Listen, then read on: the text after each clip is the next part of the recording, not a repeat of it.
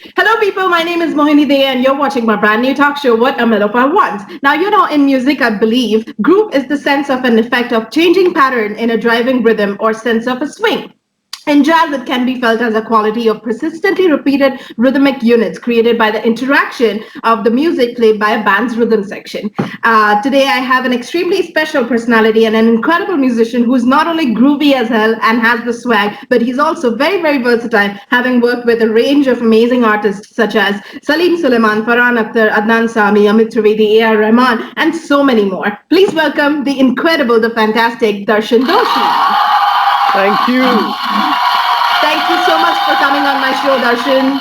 Thank you, Mo. Thank you so much for having me. Finally, we are doing this. My I'm pleasure. really excited. My pleasure. Same here. Same here. Firstly, how are you? Everybody wants to know what are you doing, what are you up to. Give us a little insight on that. We are all kind of going through this crazy period right now, but I've really taken this whole couple of these last couple of months really positively. The Mm. minute this happened, I thought that, I knew that this is going to last at least about a year, and we know that there is no gigs happening for the next 1 year now. Yeah. And I was just pretty quick to make that change, and I knew that I have to change my life the way I live now. And I started teaching. I'm doing a couple of courses now for True School of Music, for Fatano Wonderful. School of Music. I'm doing some one-on-one classes from my pad. You can see my kit out here, the e-kit, Oh, the golden kit. lovely. Lovely. Everything's So, becoming digital now. yeah, yeah, you have to change, and I think it's better we as musicians understand this period and try adapting to it instead of just Adapting to cribbing the about, new oh, we time don't and have style. shows, Yeah. we don't have this. Let's Yeah. use this, and I'm again back to practicing, close to 3 to 4 hours a day now. Right. And there are so many amazing collaborations happening. So yeah, it's That's been a wonderful. very positive one for me at least. Yeah, like now everybody has so much time to themselves because they're not touring anymore. We are able to Yeah. collaborate with so many artists that are not busy anymore, Yes. Busy, but like Yes. in the virtual world and not Right. really traveling, which is great. So I don't know if you have like seen my other episodes. I like to talk about different topics with different artists on different episodes. So today Yeah. also we're going to talk about something like I mentioned in the first when I was introducing you. I was talking about groove, pocket. I want you to tell my listeners what groove is to you and how much weight does it hold? How important is it? So for me, grooving has been very, very important from day one. Thanks to my teachers, Lester Gudino, Pankaj Sharma, and my dad, who firstly kind of introduced me to drums. And for us, I was pretty much born and brought up in a very Bollywood environment, Right. playing in Bollywood shows, in playing in orchestra, playing in my father's band. So for me, from then on, the groove point was very, very important, and yes, then soloing and stuff happened kind of later.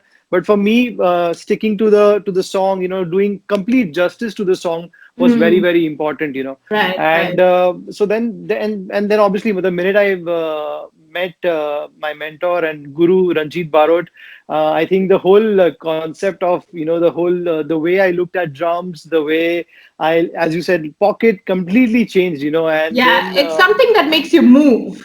That's it. yes, That's yes, it. yes, If you can yes. make anybody move, you got it. That's it. That's it. That's what it Yeah. is, And for me, because we come into that whole pop, I do a lot of pop stuff.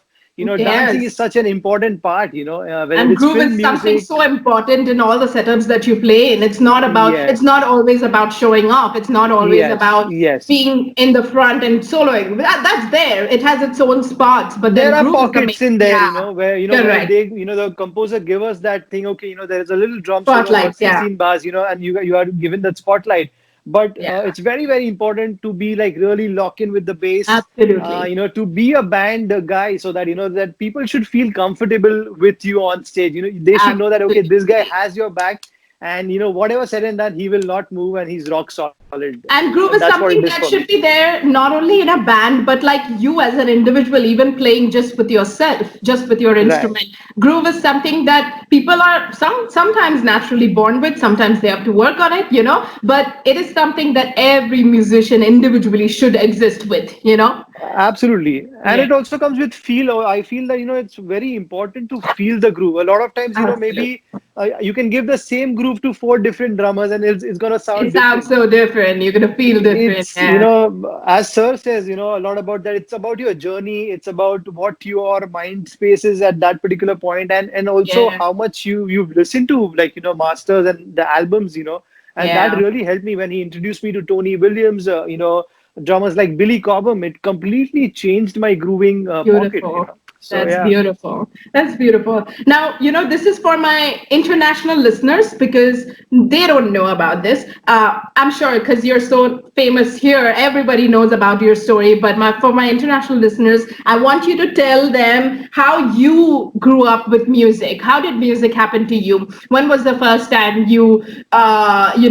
got drawn towards music? How did that journey? Give us a little insight on how that journey was. So, as I told you, my dad is a musician and a percussionist. He's been teaching drums and tabla in Mumbai here since the last 40 years in Juhu. He has his academy called the Manoranjan Music Classes. Yes. So the minute I was born, there was so much music in the house. He used to teach like about 4 days a week in the house, whether it was violin, Oh, keyboard, wow. drums, guitar, and it was just buzzing all the time, and Right. I'm sure it was somewhere in my blood as well, which Yes. came and so the minute I started kind of going for his concerts and stuff, the instrument really kind of attracted me. I used to see him Hmm. in the center of the stage with such like a really big kit. Yeah. He used to do a lot of dandiya, and the which is come from the Gujarat side of the Yes. country.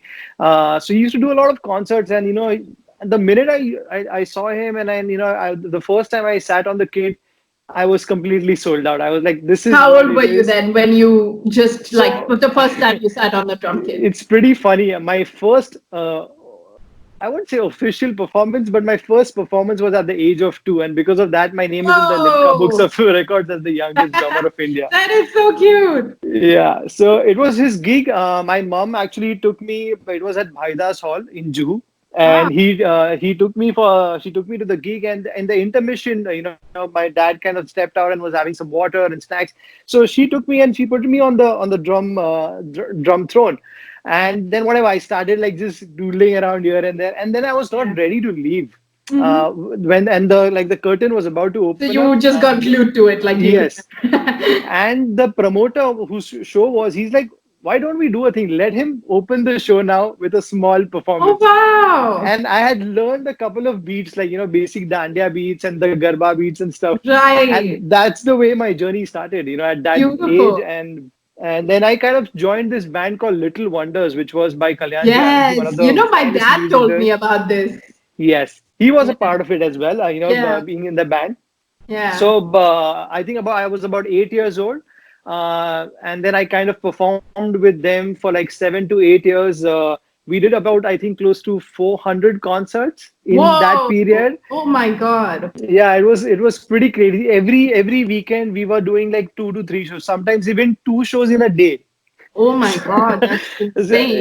It was pretty crazy, and but it gave me great an amazing platform. My all my stage fear, everything was gone. We were Wow. touring, we played So at it was like Wembley a good Arena. foundation in it every was way. it was amazing, and we had some amazing artists: Sunidhi Chauhan, Shreya Ghoshal, Divya Wow. Kumar, Akriti Kakkar.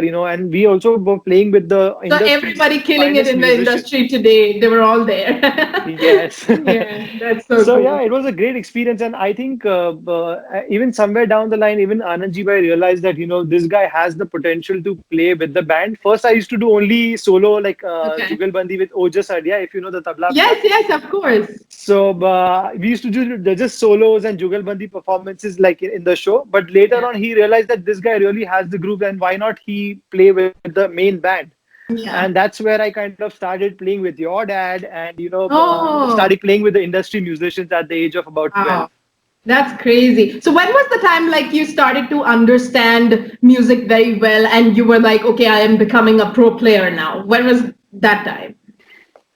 I think somewhere around this zone, I think about 12, 13, I realized, that I really have now like the potential to kind of go forward full time in this. Oh, so And you already by the age of 8, you knew that you want to do this like professionally. Yes, Oh, yes, yes. wow. That's early And to know, though. That's crazy. but I think when it's already there in the family, Mo, I think it really gives you that confidence that my Right. father is already doing it, and I can really focus. Yeah, studies and everything was going. I did my commerce, I did my Yeah. graduation side by side because I also wanted to enjoy my school and college life. Okay. But my focus and priority was always drums, and gigs were That's happening every great. weekend. That's great. And I think by the age of 16, when I first saw Ranjit sir and Ustad Zakir Hussain at a show in Right. Juhu, I think that really got me into it, saying that now I'm really going to go all guns out to this, and I'm going to practice really well. And after the show, I met sir and I told him that I really want to learn from you. So he's like, yeah, I've been hearing about you. Why don't you come to the studio and Right, right. meet me? And that's where the journey started Yeah, with he's such Ranjit a sir. like father-like figure, and like if he takes you under his wings, then that's it. Like Yes, yes, it was a big that means blessing. you're serious, and he's seen something in you. You know. Yes, Yeah. Same with me. Like when my dad took me to him, I had no idea. I was not sure if I still wanted to play the bass. Like right. I always wanted to become. We've spoken about this. Like like I Yes, always wanted to become like a fashion designer and stuff. right. Until like AR happened to me, and I was like, okay, cool. I think my foundation was good and I'm getting these opportunities. I think I should take it seriously now. Correct, Yeah, correct, correct. that's crazy. So, what was the first big thing that happened to you in your musical growth? Uh, Actually, every stage of my life, something amazing has happened. Touch wood, Right, right, whether right. it was starting, being a Including meeting Ranjit uncle and everything. yes, Yeah. yes, yes. Yeah. And I think meeting him was a big change for me because it completely changed the way I looked at drums, the Hmm. way I played drums. Hmm. The way he shared all his music, his experience. Going to his studio almost every couple of weeks. Just Right. being there, seeing Right. what's happening in the studio. So many amazing artists like Tawfiq Qureshi, Sridhar Parthasarathy, so many amazing music directors, including AR sir, coming there and Yeah. working. So we got to like really be in the environment and learn from the best in the That's business. beautiful. That's beautiful. And I think after I think I started also kind of getting interacting with Ustad Zakir Hussain. I got to kind of hang with a lot of drummers because Hmm. every year he used to have his father's Barsi, which happens on 3rd of Right. February. So he used to tell me to kind of take care of those drummers. To take them around from the hotel to the hall, to take them Right. shopping. Right. To take Right. them whatever they want. So Yeah. I got to hang with people like Steve Smith, Terry Bozzio, Antonio Sanchez, Eric Wow. Harland, Simon Phillips, and That's I was like, amazing. wow, I used to just see them on DVDs and VHS. Now they're sitting in my car. I'm taking Steve Smith to Fab India for, Oh, cool. it was such an amazing experience, and I've learned so much from all these amazing drummers that it really changed my life the way I looked at drums, and it just made me very musical, and it gave me that focus that okay, now you are on the right path. You just have to keep Right. working hard and Yeah. just do what you're doing right now. Absolutely. That brings me to my next question, actually. Like, who were the major influences in your musical growth? Who were your, like, those, main people that you grew up listening to and that made an impact on your sound and style that you have? uh, to Because your start sound is off very with, unlike others. Like, if I hear a record and if you are playing on the drums and I just hear it, then I can tell that, okay, that's Darshan playing. So, like, was that a conscious decision or was that unconscious? It just happened. so firstly, starting off with my inspirations and mentors, I think Dennis Chambers, he came to India about 94. I was about 8 years old, I remember. He came for the Zildjian Clinic and he played with Ranjit sir Okay. and Sivamani. There were three drummers then. And he was the first guy that I heard like the drums, like it just blew me like boom, like Like in what? person. Yeah, Yeah. it's like I was sitting right in front of his bass Yeah. drum, and it's like I'm Oh, like, cool. holy shit, like what is this, Okay.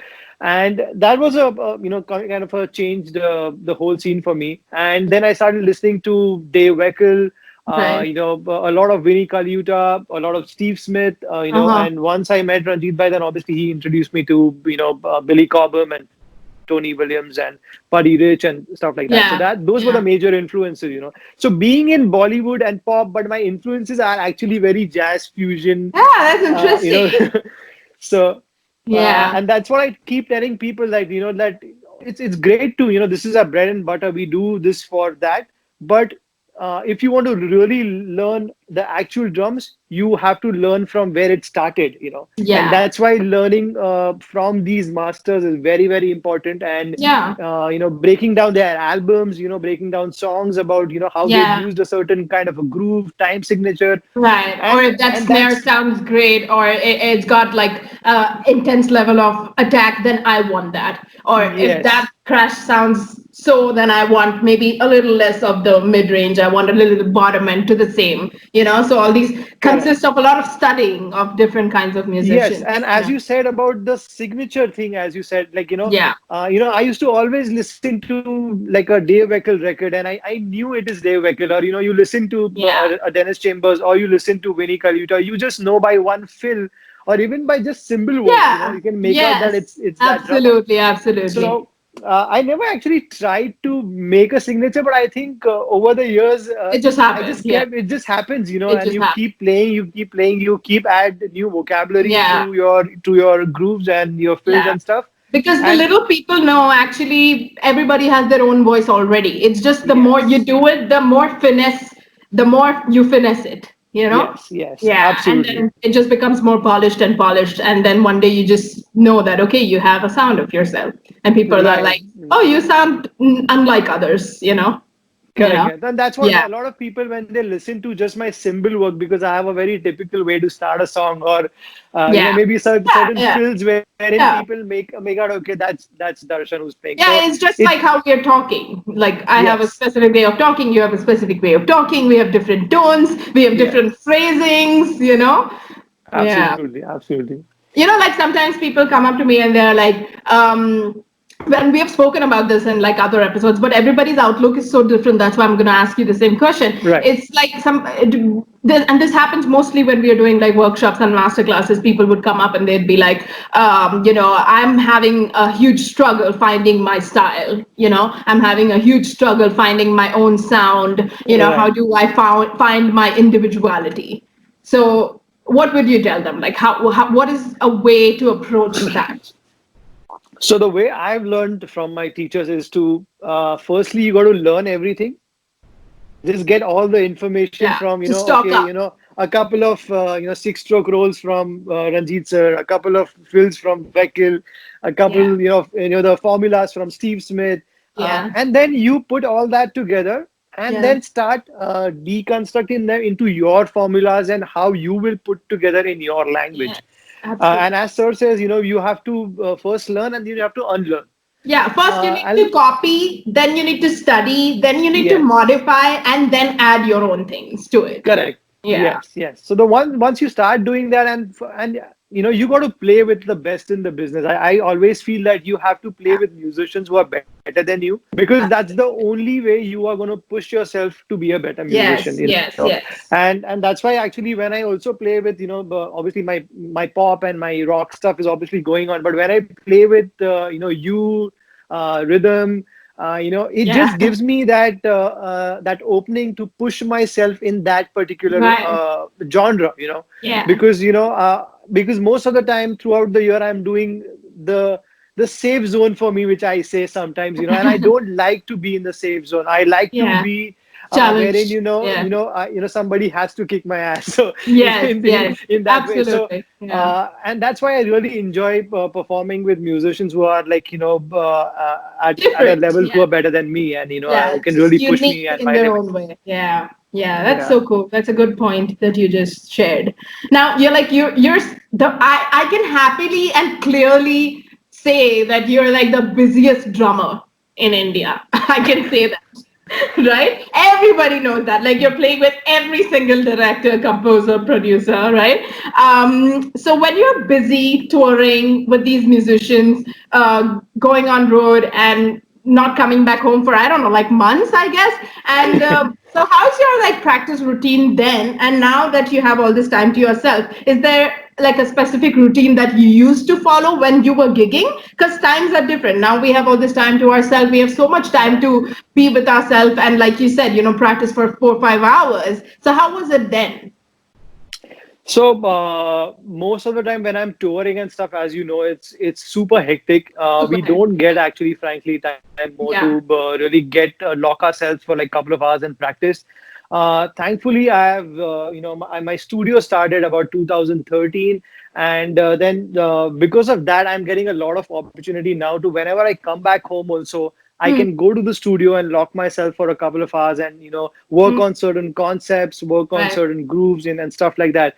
Hmm. But right now, obviously, I've been practicing a lot, whether it's just doing practice pad or doing it on Yeah. my electronic kit. Uh, it's been uh, uh, it's been a great time actually for me because Yeah. I'm Now we able to have go like all back the to time to, basics, yeah, like, go back to basics and work on the foundation again. Work on yeah. certain stuff that I really wanted to work for a long time, but Right. now I've Right. got that time and I'm really Yeah. making use of that time. But during the touring thing, it's pretty difficult. But as for me, it's the advantage is that I play with different artists every day. So Yeah. me, it's very challenging because it's like, okay, one day it's Salim Suleiman, one day it's Farhan Akhtar, one day it's Adnan Right. Sami. Then maybe fourth day I might be doing a fusion gig with Purban Chatterjee or somebody Right. like Right. that. Then maybe again a drum festival or something like that. And Yeah. it's just so But are cool you that I'm like the able kind of to. person who likes to warm up until an hour before the show starts? Are you like that, or are you somebody who doesn't need to warm up at all? Like you just go for it? Again, it depends from gig to gig. If Oh, I'm particularly sure that okay, this is okay, something that I'm pretty comfortable with, then for me, right. sound check is anyways my like a Warm warm up up time. thing that we Yeah. do like 2-3 hours before the concert, any which ways. Right. Right. Where I'm kind of doing my drum check, and I kind of also go like a half an hour prior to the band as well, so that I Hmm. can tune my kit well, I can set up my kit well. There's Yeah. nobody making noises during that time and stuff like that. So Yes. that kind of helps also. But otherwise, if it's a really a gig which is really going to push me, and the first song is at about 160 BPM, like certain times when I play with you, this is Oh I have to go through, God. I have to go through that. But Yeah. yeah, that's then I have to kind of do a little warm up and just keep my my It's been my. a long time though since we actually played live together. Yes, I think yes, the yes. last time we played together was at Flea The Bazaar. uh, I think the Weekender also after that, the Oh, did NH7 oh Weekender. yeah, that was that after that? Oh, okay. Yes, So in that was Pune, I like the think we did last. it. Yeah, Yes, that's crazy. But it's always great fun playing with you. Like I said, same like you here. have your own touch, and even when you're playing all these Western oriented songs, you're like the most sincere drummer that I've one of the most sincere ones that I've ever met. You always do your homework, and you're like bang on, and you would add your little creative work to it. That's really cool. Thank you, thank you. Okay, so now this is a question also that a lot of people ask me, a lot of drummers actually ask me, because you're not only playing, you also have a performance value to your playing, right? And that comes with a lot of experience, of course. Like if this was me 5 years ago, I would not give any expressions, nothing at all, and just play my bass looking at my instrument, probably not even look into the audience. But now we Right, are interacting, right? right, right. So a lot of people ask me like how to work on the consistency of your performance. Uh, I think for me, at an early age, Mo, I started understanding that how the complete performance is so important. Especially when I started playing on reality shows, and Yeah. generally people were they generally don't show musicians on reality. It's always the singer. Yeah. Yeah. And during my kind of a span of whatever, like 6 to 7 years, I did various reality shows. Mm. They used to always show me, and then people started recognizing, oh, this is the guy, he plays in the this show and that show. And then especially I think when I started doing Coke Studio and MTV Unplugged, I understood that how many people are actually watching us, and how important it is to, like, Yeah. be like an overall performer, Yeah. and it's a part of the business. And I think Yeah. if we can get that right and get the balance of the Absolutely. musicality, Yes. the Yeah. the overall look part, and Yeah. how you do it. But there are a I lot of think people who focus on that more and then less on the playing. They feel like, oh, I have the looks. And I got the attitude. I can do Then it. then you're No, in deep trouble you when you're playing can't. with some badass musicians. Remember that. Yeah. Yeah, they'll kick your ass. Yes, yeah. They will not give you any expressions, but through the music, like a I think slap. it's a balance more. And as you said, Yeah. I've been very particular more about learning my music with any artist, whether Yeah. it's there is no small or big artist, frankly, for me. If I have said Absolutely. yes to a gig, Yes. I'm going to give 200% to that set list. I will make sure I learn everything from the BPM of that song to Yes. every hit that needs to be played to an Yeah. accent. And as you have seen me, I never write. Yeah, your memory is incredible. Yeah. So Like even I don't like to I don't know how you do it. Like you play with so many artists, and I'm sure like each artist has some like 20, 30 songs. I'm like, how? yeah, and when it comes Yeah. to AR sir, it's sometimes Whoa. 45 songs Tell also. me about it. So yeah, I think it's very important to do your homework. I think if you can get into your studio or your home, and if you can just break down the songs and know each song to the T, you will give 200% where you when you are on stage. You're not looking and half of the time looking, oh shit, now you have to swipe because that page is gone. And Oh shit. I can really not do that. Really, And I think it's very important if you can become a musician like that, then you will be a versatile musician. Mhm. People will call you and be like, okay, if you're calling Darshan, he's gonna be ready with the songs. He's gonna be ready with Stuff. Yeah. every particular hit and whatever it is, Yeah. and it just makes the process pretty smooth for the main composer and the main artist. Absolutely, absolutely. Like imagine doing that with like a language oriented song that you don't understand. Like I got a kick in my ass until a year ago. Like I played with the Japanese band, right? And like Yes. whew, 46 songs every show, 3.5 hour concert Wow. by heart. You don't understand any of it, nothing at Correct. all. It's so hard. And it was harder for me because I didn't know until a day before the tour was about to start that I'm not allowed to use any charts. So I did not learn songs Whoa. at all. I was just dependent on the charts. Like I always do, like, Crazy. because, like, that's why I said, like, I don't know how you do it, but I also play with like so many artists. It's really hard. And for me, it's not just bars, it's like a lot of chord changes. You know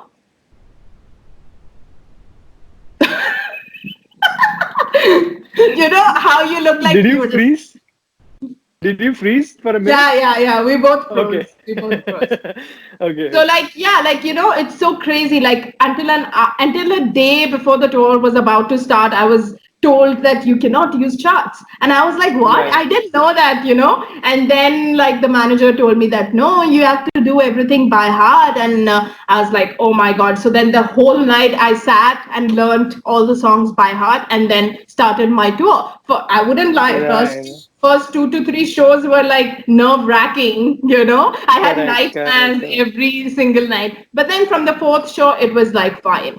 But it's so, Correct. yeah, but it was like a wonderful experience. I don't know how you do it. Like, even I, like, I would say if you play songs that you understand, like in India, because we understand languages. Right. Right. So Right. it's easier, but like Japanese and all, and you're singing and playing. Yeah. So I'm singing and playing. So I'm like always like alert. Correct. Yeah. Yeah. No, but I felt the same actually when I remember the first gig I did with AR Sir Yeah. was a complete Tamil gig. It was in Chennai. I remember Yeah. about 2012 or 2013, Yeah. and they gave us 50 songs.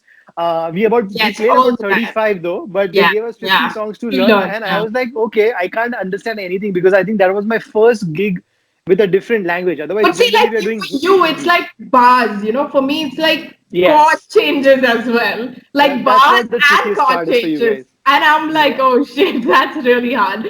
I mean, Correct. some songs like Dil Se and Hamma, Hamdam and all, they have a We nice still pop. know. Yeah, those ones are cool. But like some Yeah. of the songs, they are very hard. Crazy. Yeah. Yeah. Okay, we're towards the end of our interview now. I think I'll Okay. take more questions and then we'll hop on to the rapid fire. Okay. Okay. Oh, this is cool. So, like, how much of your playing in your gigs, especially solos, is completely improvised over chops and patterns that you've worked out before? And if it's both, then how do you keep the balance? Most of the time, if I'm doing like a drum solo or something, I Hmm. kind of go with the flow on that particular day. I Okay. really don't fix my drum solos as such. Mhm. Sometimes I have certain melodic stuff that I want to do, which are there in my head. But then Right. again, when I kind of do it during the drum solo, it kind of It just it takes doesn't its come. own It turn. takes its own zone there then. Yeah. But I have certain ideas that I want to kind of showcase, but I Yeah. don't plan it to the T. That is something which I feel that it should be at that moment. What I feel according to the crowd, certain times, Yeah. what kind of a reaction they are giving me. That I know, okay, Yeah. if I But do then certain again, things, from that band to band and people to people, it differs. yes, yes, Like yes, different countries have different styles. Like, Japanese people, they don't want to give the audience a bad night or a good night. They want to have right, like the same exact value every single night. So you won't believe, like, correct, we did like all the solos. I had a solo spot. I had to like right. full script में like full transpose करके वो learn करना पड़ा था. Oh, okay, okay, okay. Yeah, like it had to be the same every single night. I think for drummers it's pretty different because I think it's very difficult for us to, even if you tell me certain times when I record and somebody says, "Acha sir, you have to do a video shoot of this," and I'm like, it's not gonna happen. There's no chance I'm gonna Yeah. reproduce the same thing on the video because Right, it's right. not It was possible, challenging for me. I don't like, because Yeah. I'm also an Indian and I'm like a free bird. The gigs that we do every single night is different. We're Yes, free. We yes. improvise. We just feel the moment and it just comes out. And then Right. when you're in a kind of situation where you're told like, don't improvise, just play as the record and just play the same solo every single night. It's challenging. It's really hard. Right, right. I think with solos it is, but I think with certainly with pop music and stuff, I can still manage to do it Yeah, because yeah. when I play with Salim Suleiman and stuff, most of the formats are fixed It's from pretty bar much to same. Yeah. bar. Yeah. We play on a click on a metronome, so we know exactly where what is happening. But certain times, obviously, that also for me, I keep on trying so many endless things that even my singers that in the band tell me like Yeah. every time we hear you, you play something different for this particular section. So but Yeah. that's what it is. I like to kind of Right. explore in between the Right. limited stuff that we've given as well. Like when it comes to AR's band, like you said, with the songs, we have to be very particular and like Format. certain about few parts. Like you cannot Yes. change those parts, just play as it is. And then there Yeah. are certain parts where he'll be like, okay, you can do what Open. you want. Yeah. Yeah, True. that's True. cool. True. Yeah, so it's very understand. And this is like an awareness that everybody should have where you need to understand music directors or composers' wants and That's a very very important. do Very very not important. overpower their Right. thinking. Do not give too much, do not give less, just give the right amount. Correct, correct. I think that's the key, more that I'm able to play with so many artists. I feel is that Absolutely. I kind of play according to the artist requirement. If the Salim Suleiman wants me to stick to a particular format, Yeah. metronome, click, I'm Yeah. gonna do that. If a Farhan Yes. Akhtar wants to be a little open, I know how much to give him. I know how Right. much to play in the Adnan Sami for a format because all his groups are very dholak tabla oriented. So I have to Yeah. lock in with the dholak player there. Yes. So you have to be, if you want to be a versatile drummer, you have to keep in mind all these pointers because Absolutely. that's going to help you to. And these things only come with a lot of experience. A Yes. lot of Yeah. kick in the ass, a lot of thrown into the ground. Yes. Yeah. Yes. Absolutely. Yeah. Okay. Cool. We're almost done. So this brings me to my last question, which is when was the first time you heard of me? And when was the I first time think we played? I'm trying to remember that also. I remember that first gig that we played. It was with Hari Aranji in Yeah? in Lokhandwala, if you remember, for a Oh, Ganesh. Was it a Ganesha festival or something like that? It was some kind of a festival gig that I we think played. Durga Puja or something. Yes, it was a Durga Yeah. Puja thing in Lokhandwala, and that was I our was first. substituting for my dad actually. Yeah. Yes, yes, yes. Yeah. So that's the first time we played together. But I think the first time I met you was maybe at Nirvana, if I'm not wrong, at Really? Sir's studios. I thought I met you at the Zakir Ji's concert. Did you come see that concert when I was playing with him? The, Yes, yes.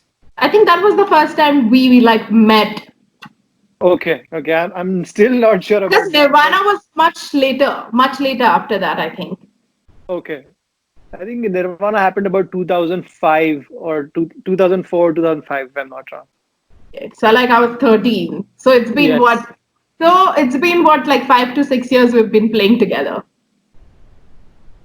No, we've played a lot before that also, I think. No, if Hariji's was the first concert we played together, then that was what, like 6 years ago? That was way back. Way back, huh? Yeah, way back. I think it should be 2010 or 11 because Oh, shit. that's the time I used to play with him. About from 2009 to 2012 is what I played with him. Oh, crazy. Yeah, so I think That's it was somewhere insane. around 2010, 11, and then we played with AR So what? in It's been between. 10 years we know each other. Yeah, Oh yes. my God, I feel old.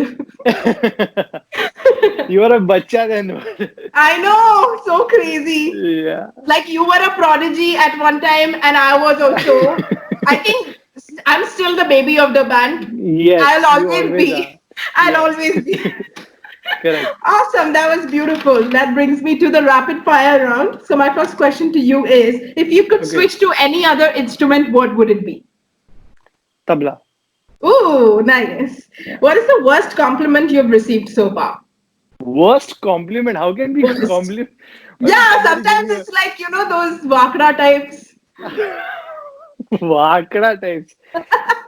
I don't know. It's a compliment or something, but a lot of people used to just keep telling me, "Sir, ये आप जो face बनाते हो थोड़ा कभी-कभी हंसा थोड़ा smile करो ना ऐसा क्या ऐसा?" Because they used to always see me on these shows, Coke Studio and all this. Sir, why are you so tensed about? What are Oh, you tense sure. about? And how to explain them? You have to So you feel have a the lot song of and play. sadness in your life. Yeah, like it's crazy. Yeah. Sometimes like people would come up and be like, you're an amazing musician, but can you play something which we understand? Wow, that See, is that is quite a nice. compliment, but that is a little like, it can be one of It's the a worst. googly, yeah, it's Yeah, a googly googly. one. Yeah, yeah. Correct. What annoys you the most? Uh, People who are unprofessional. Hmm. And stupidity. Yeah. Yeah. Describe yourself in 4 words. 4 words. Hmm. I don't know. I think you should describe me. I don't know how will I describe myself. Uh, I'm a little perfectionist sometimes. Sometimes too over also when it comes to even certain things in the house and stuff. I like to have things at the right place, So and you're like the very organized one. yeah, a little OCDs there with all those And particular things. Shannon is also like this organized one. Yeah, she's very, very, very So then good. on. Then it works. Yeah, Yeah. we are pretty much set with that. So I yeah, think I would call you like funny, hardworking, kind, and I don't know. Both one you should say. I don't know. I'm already. yeah. I don't know. I don't know what to say about myself, but yeah, it's. I I just think try to. professional, very professional. Yes, Yeah. that's for sure. I try to be Yeah. professional as much as possible. That is like on the top. On the top, yeah. Yeah. Okay, this is the last one. Tell us something personal that the whole world don't know about you. Personal.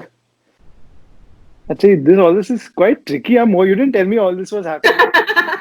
It can be anything, like something that you wake up to, or like you do before going to sleep or before getting up on stage. I don't know, something that the people don't know, something interesting. I don't know. I think I Habit, what a a habit, lot of people don't know is I'm a very like a cricket buff. Like I used to follow cricket day in day out, even on tours. Actually, when I certain times when there is IPL going on and there's a lot of other cricket that Indian team is playing. I'm on the road, I kind of see it on like Hotstar. Even during sound check, certain Yeah, times I'm putting my phones that's on the crazy. drums and seeing that. So yeah, I'm kind of a little cricket crazy person. And I used to love to play cricket when I was a kid. I also did a So you lot of would play training. like cricket games and all that on the phone as No, well? no, actual. Just Like, watching. I've Just watch. trained also, Oh, with you a have. proper season ball and yeah, everything. Yeah. Oh, So wonderful. I was pretty So crazy I about guess it. that's one thing we have in common because I grew up with a lot of boys in my society. So Yeah. like I end up playing a lot of football and cricket. Right. And I think cricket is like the actually for me the sport of India. Like, whatever said and done, I think people are crazy about the sport. And Yes.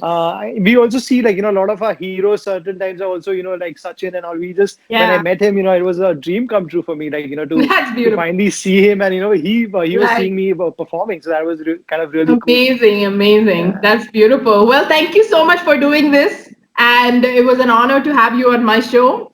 Thank you, Mo. Thank you so much for having me. Thank you Pleasure. so much.